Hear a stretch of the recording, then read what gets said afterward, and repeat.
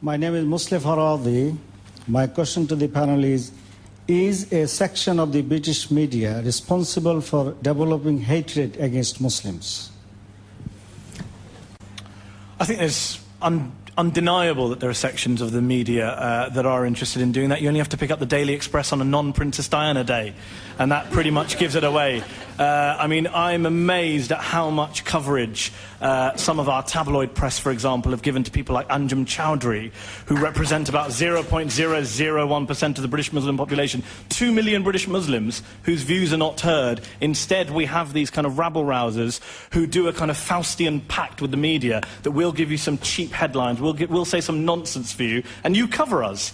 And meanwhile, those Muslims who are law-abiding, mainstream majority, are demonized and ignored. And what happens is, you look across Europe today, the far right are on the rise in many parts of Europe. In Holland, Geert Wilders, a man who says that Islam is a fascist ideology, not Islamism, Islam is a fascist ideology, is about to enter government. In Britain, 1 million British citizens voted for the BNP, whose leader says Islam is a cancer which should be eradicated with chemotherapy.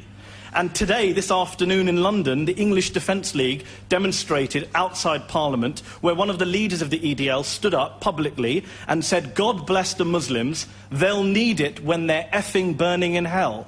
So that's the climate we have right now in Britain. Do you believe that that is, given that there are those views, which most people would find quite disgusting, do you believe that there is a section of the British media that is responsible, in our questioner's mind, for creating that, or is that there in any case?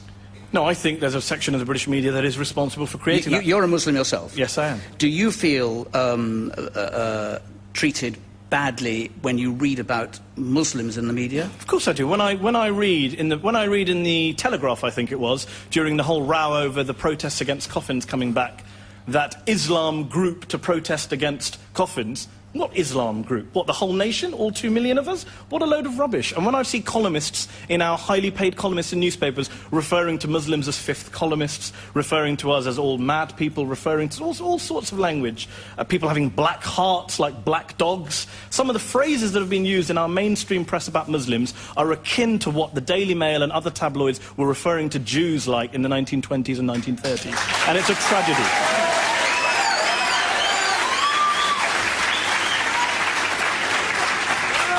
I'm just going back to our question there. I just want to check with you. You asked the question as if you think that there is a section of the British media that is responsible, in your eyes, for developing hatred against Muslims. Is that the case? Yes, it is. For example, the recent Channel 4 Dispatches broadcasted a documentary about Islamic Forum Europe, London Muslim Centre, who in this area created harmony in all the communities. One of the diverse area of London and one of the most harmonious place of London. But it created a tension among the community now, and there is a lot of hatred we observe in last few days. So this is because of this irresponsible the program Channel 4 has broadcasted.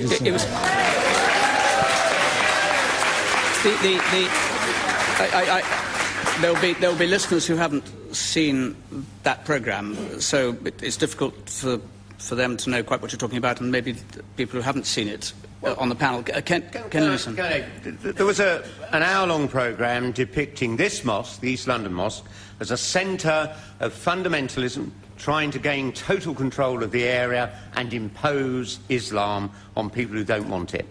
If you walk through those doors, you'll see this mosque chose to be built next to a synagogue, so they will work together. In my 8 years as mayor, I came here again and again. This is an outward-looking East London community who happen to be Muslims. That programme was a disgrace, and by amazing coincidence, the man who made it, Andrew Gilligan, phoned me just before I came to this programme. So, did you ever give any grants? No, I suspect we did. I honestly can't remember. And I said, did you see what happened today in Parliament Square?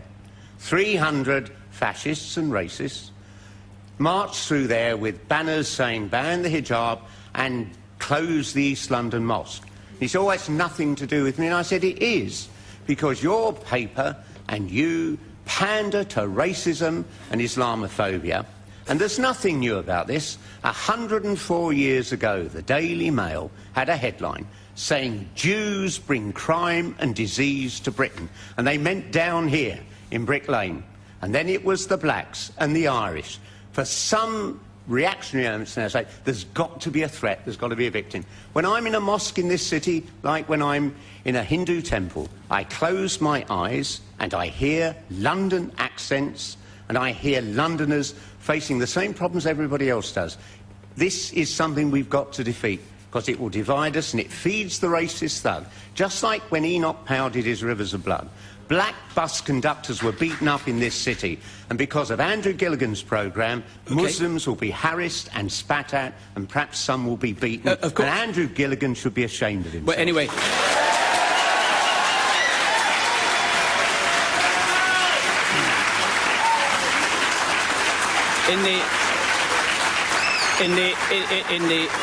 In the interests of openness and balance, I should remind Andrew Gilligan of the number for any answers. It's 03 700 100 444.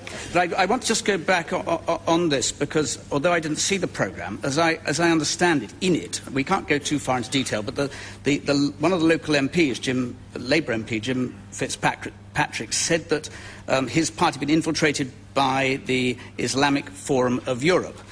Now, the Islamic Forum of Europe, which I think was raised in the programme, does, as I understand it, say that it wants to change, I quote, the very infrastructure of society, its institutions, its culture, its political order and its creed.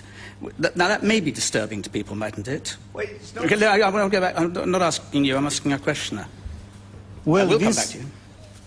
Well, the paper, we are not fully sure where he got this from, on which audience it was targeted to, and which, as far as I understand, an Islamic Forum is present, or for the last couple of years, any literature doesn't have any sort of writing like this. So this is something where he got it from and put them together to show this organization is a kind of extremist organization. However, he never talked to the leadership of this organization. He never came here to find out exactly what it is. This program, and yesterday's big read, Islamic Forum Europe was involved with, but all this good work, Telco's member, Islamic Forum Europe, for a long time. So all these activities Islamic Forum Europe is doing, how can this program, organization be an extremist organization? It's quite impossible what he's saying. So he's just scaremongering and creating hatred. Is intentional, is biased, and is completely untrue. Okay. He's well used to taking care of himself, but he, as I say, he can come in on any answers and come back to it. But we haven't heard yet from Ken Clark. Well, firstly, I do agree that parts of the media are completely unhelpful on this sort of issue. There are one or two bits of it with tinges of racism, though I think there is less malice in it than has been supplied. It goes back to almost what I was saying before. It is the newsworthiness of extreme views. In fact, with great respect to Mehdi, most of which he said I tended to agree with, he was almost doing it himself. He was implying these people in Parliament Square today were somehow more than a fringe of lunatics and were somehow typical of the general population. I think we're lucky in the United Kingdom, compared with most other Western European nations. 80% plus of the population are extremely relaxed and tolerant. But the difficulty is, as Mehdi was saying, it is the people who say the crazy things. It is the extremists who get given the publicity. And I will agree, the papers know perfectly well sometimes, they don't agree with these people they report. They're reporting them in order to arouse the rage and anger of their readers. It keeps their readers buying it. It persuades their readers. They're being threatened. This is a nasty way, keeping up circulation.